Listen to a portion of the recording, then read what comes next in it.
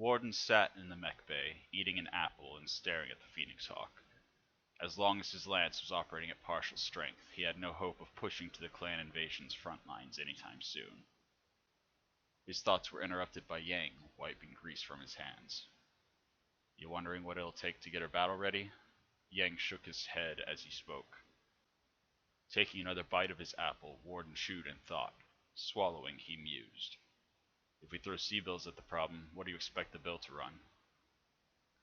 "Well, the Argo does have 2 other mech bays that are out of commission. For a price, we could get one of them up and running, hire more techs to man it, and work on 2 mechs simultaneously. Probably the best way for C-bills to make the problem disappear." Warden locked eyes with Yang, his expression reminding Yang of the actual question. "I don't know, boss. I'll do an assessment and give you an absolute figure." Warden nodded to Yang's answer and walked away. "Wonder what's eating at him?" Yang pondered for a second, then turned to get back to work.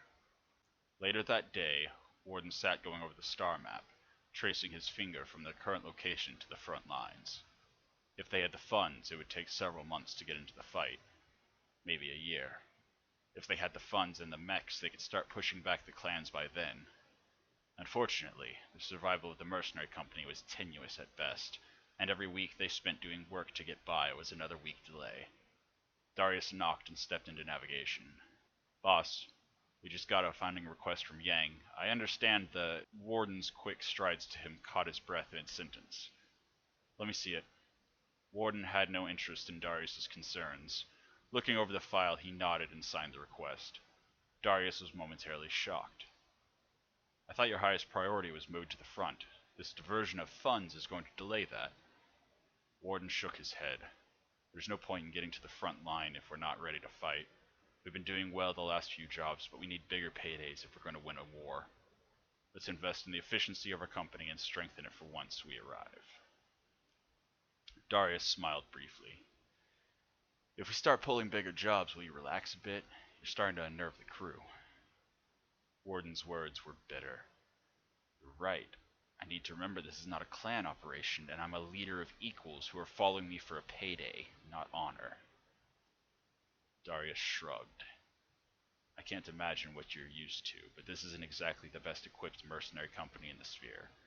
I understand you had certain expectations of what we would be capable of from your old unit, but we're just going to get the ball rolling at this point.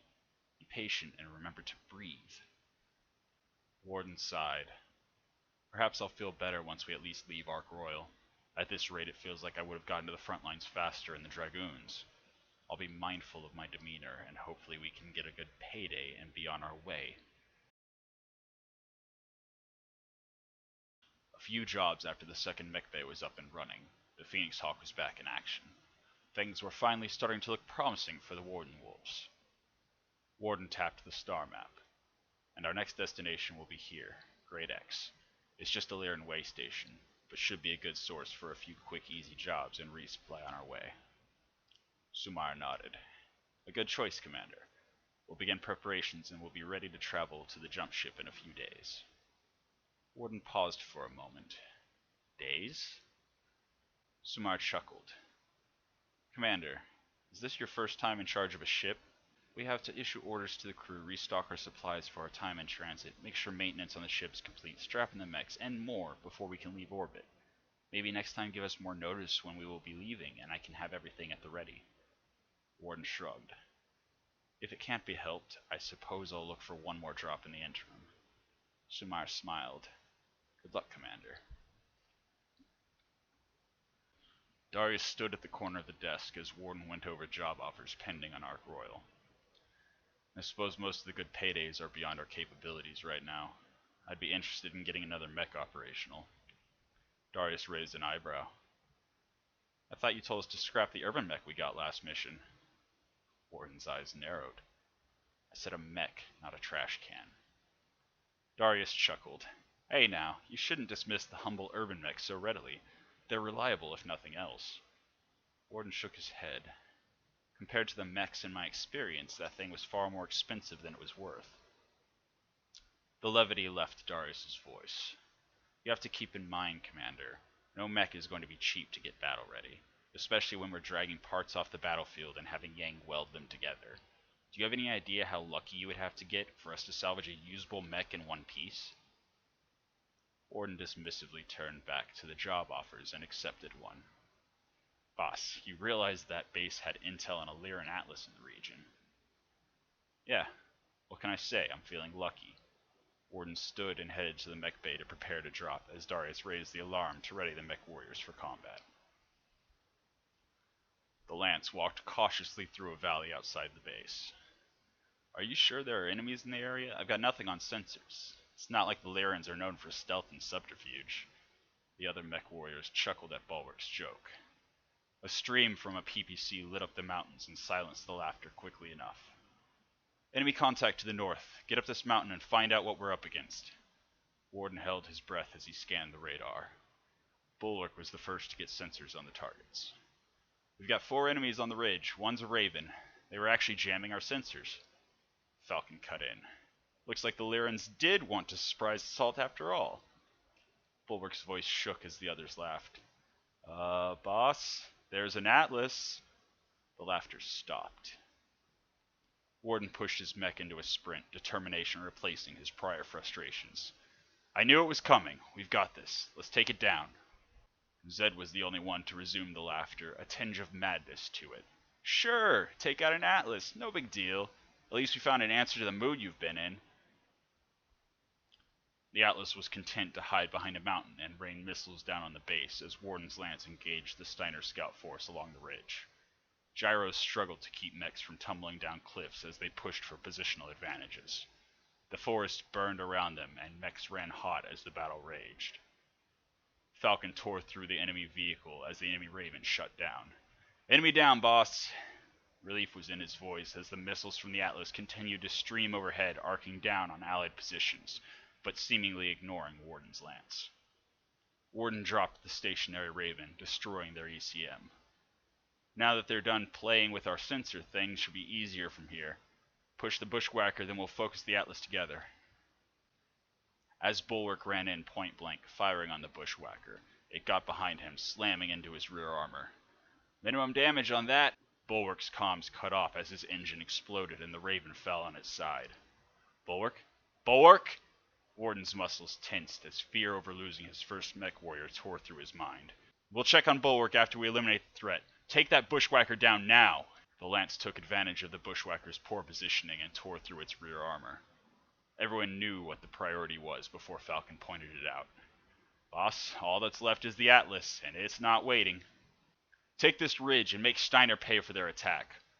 Warden's rage was focused. The cost of a light mech and a mech warrior to a mercenary company far exceeded the cost of an assault mech to a house's war machine, but it would certainly make him and his men feel better.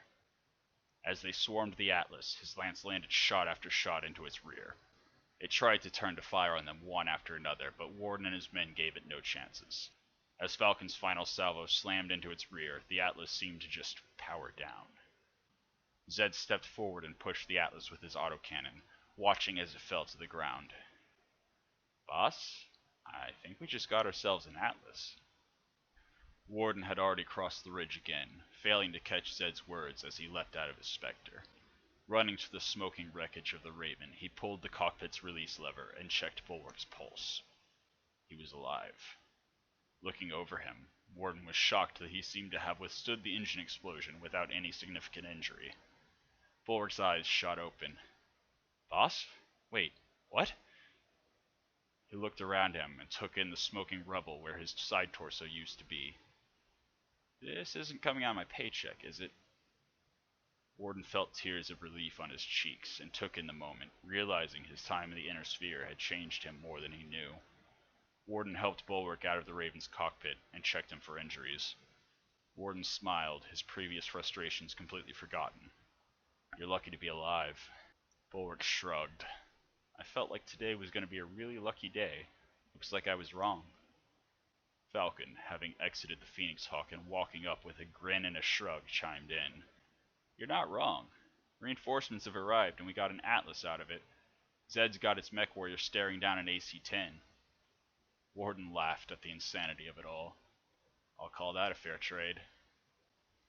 Back on ship, Warden watched as Ark Royal faded into the distance on their way to the jump point in the system. Thinking back over the events since leaving the Wolf's Dragoons, he thought not only of his goals and his path, but of himself and the changes he had undergone. The Inner Sphere started as a strange, foreign place, with customs he didn't understand. Now, he realized, it was his home as much as Clan Wolf once was. Previously, the Warden philosophy was all he had believed in. Now he felt he understood Alexander Kerensky's words even better. Yes, indeed, the Inner Sphere and its people, as flawed as they may be, are absolutely worth protecting. His resolve redoubled. He watched as his vessel approached the first jump ship of many on their way to stop the Crusader clans.